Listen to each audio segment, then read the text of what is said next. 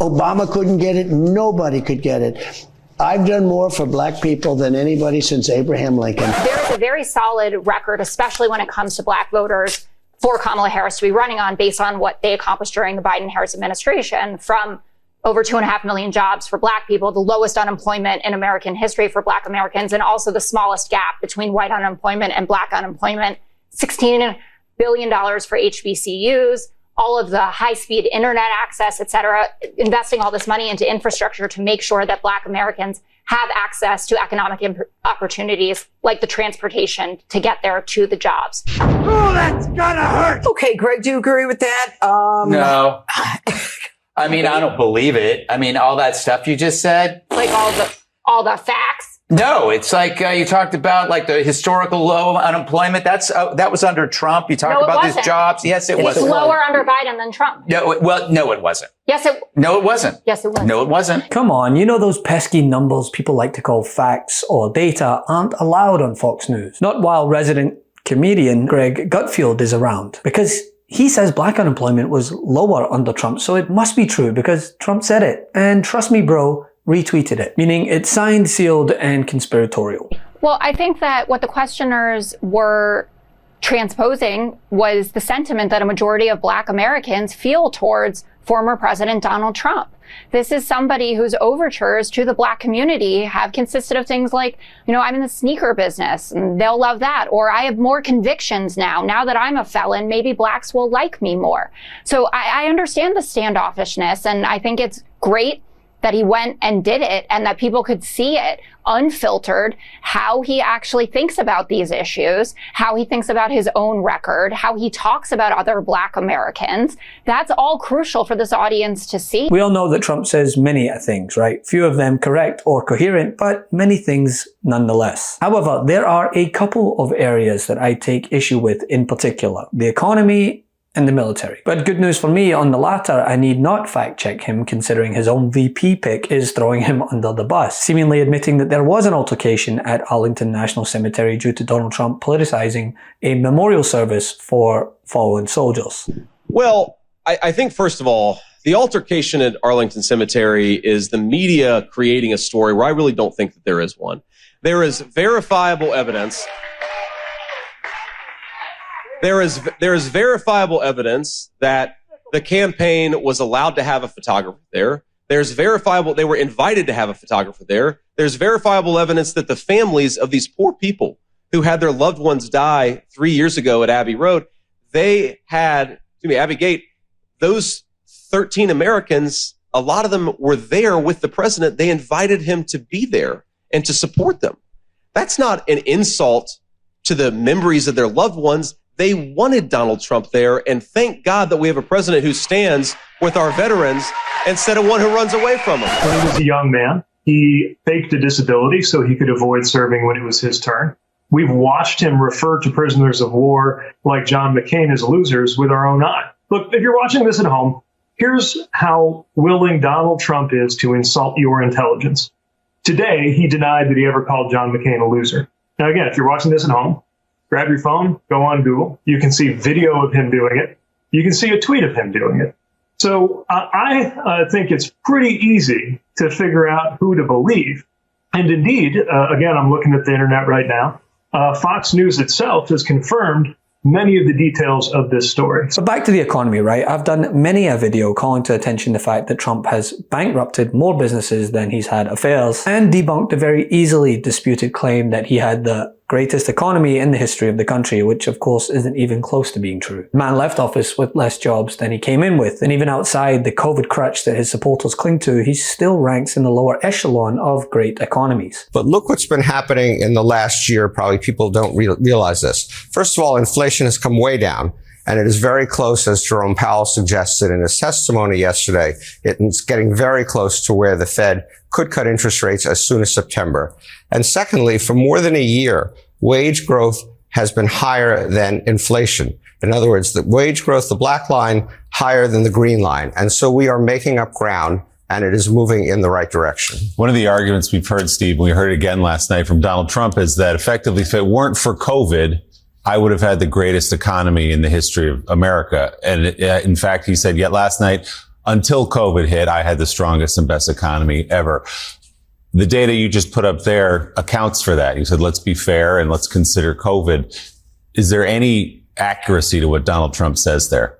No, I think it is right here. It is right here. He not only didn't have the greatest economy ever, he didn't even have the greatest economy of the last two presidents. 2.6% for Donald Trump, 3.6 for Joe Biden, with, I will tell you, is a completely honest and fair removal of COVID from the statistics. All right. And on that subject, there's another claim that he likes to make, that he had record low black unemployment. Obama couldn't get it. Nobody could get it.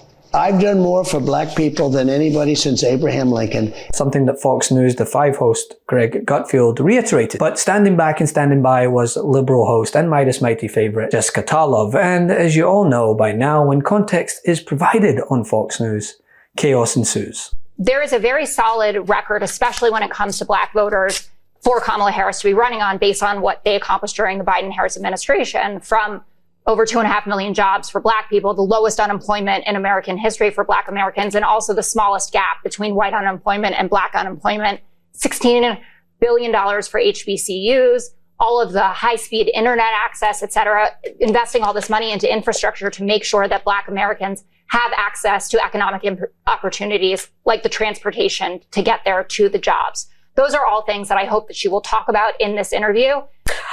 Okay, Greg, do you agree with that? No. I mean, I don't believe it. I mean, all that stuff you just said. Like all the facts. No, it's like you talked about like the historical low unemployment. That was under Trump. You talked about these jobs. Yes, it was. It's lower under Biden than Trump. No, no, it wasn't. Yes, it. No, it wasn't. Yes, it was. No, it wasn't. Yes, I can do this all. That's right, folks. The only thing that gets under conservative Fox News hosts' skin more than being called out for being the abhorrent misogynists that they are. This is where the president has his most impact. You have a lot of room to maneuver there as commander-in-chief. We don't know who she is. We don't know what she believes. She's going to get paralyzed in the Situation Room while the generals have their way with her.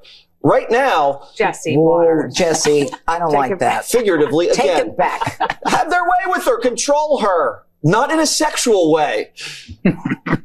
There's been some attention to comments I made on the show yesterday about VP Harris. People are misconstruing my comments to mean something inappropriate.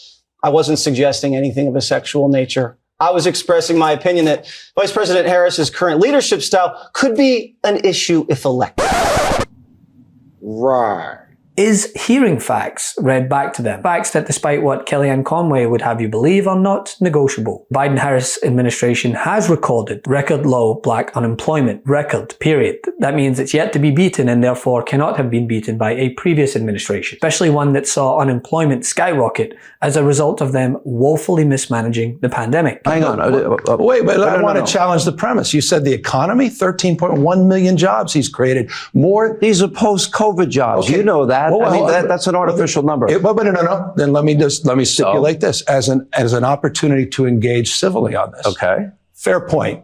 Your president, Donald Trump, lost 2.6 million jobs during his 4 years. We've created 13.1 million. Fine. You can maintain a COVID frame. How about the fact that Joe Biden's created more jobs, 6 times more jobs than the previous 3 Republican presidents combined? Are you going to? And I want to end this on a note of acknowledgement for the Jessica Tarlovs of the world who are forced to stomach the diatribe as she pushes back, out of necessity. Because there are undecided voters that tune into Fox, and as Pete Buttigieg reiterated when asked why he goes on the Murdoch Manipulation Network, it's important to meet voters where they are. Hi, my name is Savannah, and I am a graduate student at the Crown School of Social Work, Social Policy, and Social Administration. Over the past few weeks, I've seen you on, I think, every news channel out there, including Fox. And so I'm wondering, why is it important to you to meet people where they are? Thanks for asking. I never thought that I would be a Fox News frequent flyer, just so you know. That was not on my bingo card of where my career would go if you'd asked me even a few years ago. But the reason I do it is because I think it's important, as your question suggested, to meet people where they are and recognize that I can't be mad at somebody for not embracing our message if they've literally never heard it. And the more one-sided a news network is, the less likely they will have heard it unless I literally go there and share it. And I think it's especially true in this election, because I know a lot of folks who watch Fox News and count on Fox News. I know a lot of people in law enforcement who watch Fox News. And I want to make sure they have at least heard about the fact that violent crime went down after Donald Trump got beat, and are invited to reflect on the fact that Donald Trump is asking them to vote for a convicted felon over a prosecutor. I want them to at least have heard that, maybe more often than they would have. I know veterans who watch Fox News. I want to ask them to consider the difference between a ticket led by somebody who faked a disability, getting a doctor's note, taking advantage of him being a teenage multimillionaire so that he wouldn't have to go to Vietnam and let some working class kid go in his place, and whose own chief of staff revealed that he had described people who served this country as suckers and losers, compared to a ticket led by the administration that delivered the PACT Act that made sure that veterans who I served with in Iraq and Afghanistan downwind of burn pits get the cancer treatment that they need, and also has on it a command sergeant major from the National Guard who spent 24 years in uniform. So, like, you know, people, I always visualize people who I know, who I disagree with, and who I like, who are just maybe tuning in. I don't think they're going to see me on Fox for 5 minutes and see the light and suddenly become liberal Democrats. But I know that we're having a healthier conversation if they've at least heard what somebody like me has to say. Thanks. There's my comment. Love this video? Make sure you stay up to date on the latest breaking news and all things Midas by signing up to the MeidasTouch newsletter at MeidasTouch.com/newsletter.